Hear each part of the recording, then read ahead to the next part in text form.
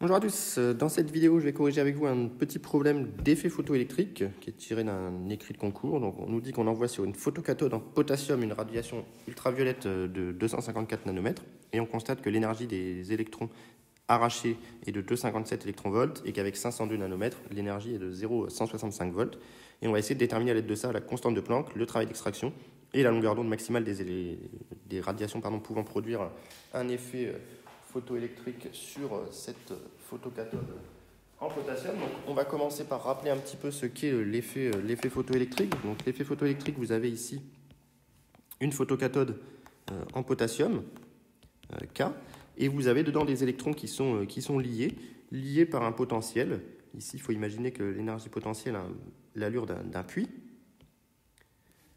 Ici, V de X. Et donc, ils sont liés dans un puits de potentiel de hauteur W, qu'on appelle le travail d'extraction. Et donc, tant qu'on ne fournit pas une énergie supérieure au travail d'extraction, eh bien, les particules qui sont coincées dedans, à savoir les électrons, ne peuvent pas échapper au potassium. Et donc, on envoie un rayonnement ici, soit ultraviolet, soit visible, avec une longueur d'onde différente. Et donc, au sein même de ces rayonnements, vous avez des photons d'énergie h nu. Et l'énergie de ces photons h nu va être absorbée par les électrons pour être arrachés et ils vont ressortir avec une vitesse v.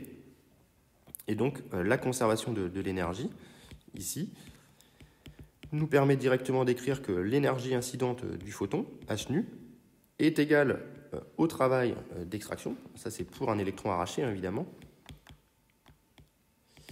plus l'énergie cinétique résiduelle de l'électron. Ça, c'est l'énergie cinétique de l'électron. Et donc, cette énergie cinétique de l'électron est une grandeur qui doit être positive ou nulle. Donc, on en déduit directement que H nu moins W est une grandeur positive ou nulle. Et donc, on a un effet de seuil en fréquence, puisque pour pouvoir arracher un électron, il faut que nu soit supérieur à W sur H. Et donc, ça, dans le jargon de l'effet photoélectrique, c'est ce qu'on appelle la fréquence seuil. Fréquence à partir de laquelle l'effet photoélectrique devient possible. Et cette relation, on pourrait l'écrire en longueur d'onde. On sait que C est égal à lambda nu. Donc cette inégalité peut s'écrire C sur lambda supérieur ou égal à W sur H. Et donc on se retrouve avec lambda qui doit être inférieur ou égal à HC sur le travail d'extraction. Et donc ça, c'est le lambda seuil en deçà duquel l'effet photoélectrique devient possible. Donc ça, on peut le voir sur une petite animation.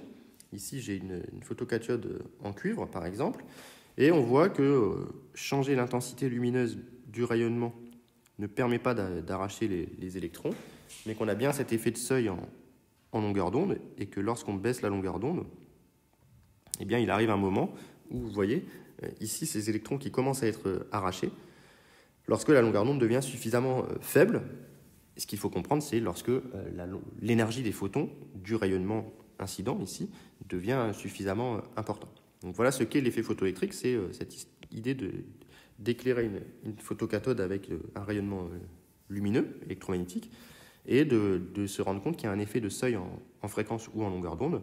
Évidemment, le seuil dépend de la photocathode. Ici, avec du zinc, on ne va pas obtenir le même résultat qu'avec du platine, par exemple. Donc nous, on va se servir maintenant de ce résultat pour déterminer ce qu'on souhaite déterminer. Donc on a deux rayonnements différents qu'on va appeler lambda 1 et lambda 2 et deux énergies résiduelles cinétiques différentes. Donc ici, on a que HC sur lambda 1, l'énergie du photon incident, est égale au travail d'extraction plus l'énergie cinétique 1.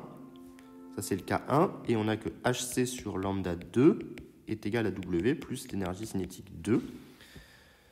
Dans les deux cas qui nous sont proposés, avec lambda 1 qui est 254 nanomètres et l'énergie cinétique résiduelle qui est ici 2,57 électronvolts, et lambda 2 qui est par contre 502 nanomètres, et l'énergie cinétique résiduelle qui est de 0,165 électronvolts. Donc dans un premier temps, on va pouvoir déduire en faisant la soustraction 1 moins 2, on va se retrouver avec HC sur lambda 1 moins HC sur lambda 2 qui est égal à EC1 moins EC2. Donc ça va nous permettre de déduire H, puisque en factorisant, on n'a que HC facteur de 1 sur lambda 1 moins 1 sur lambda 2 égale EC1 moins EC2. Et donc j'obtiens une première réponse, c'est que H est égal à EC1 moins EC2 sur C facteur de 1 sur lambda 1 moins 1 sur lambda 2. Et donc je peux faire le calcul numérique. Donc ça fait 2,57 moins 0,165. Ça fait 2,405 que je multiplie par 1,6 10 moins 19 pour avoir des joules.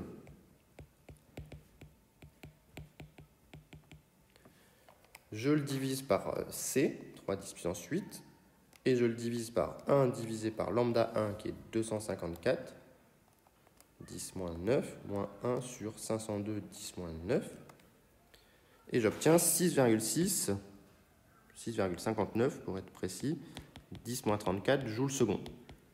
Donc là, on a clairement une bonne approximation de la constante de Planck, ici. On me demande de trouver le travail W, donc là, je peux le trouver maintenant à partir de l'équation 1, par exemple. W, c'est HC sur lambda 1 moins EC1. Et donc, je vais donner le résultat directement en électronvolts.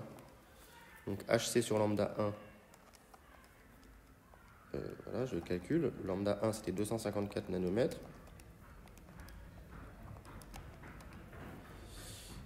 Et je retranche les 2,57 électronvolts. Et donc, je tombe sur 2,3 électronvolts. Et avec la deuxième, on peut utiliser également la deuxième pour vérifier la cohérence.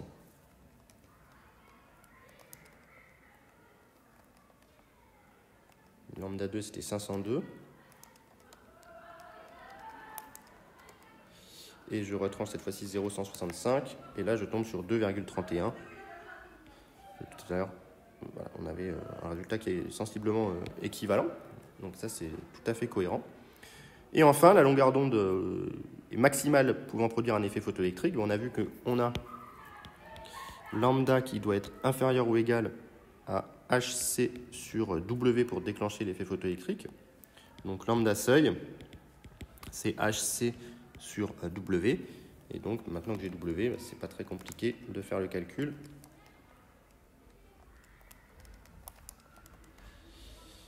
Et donc, je tombe sur 538 nanomètres.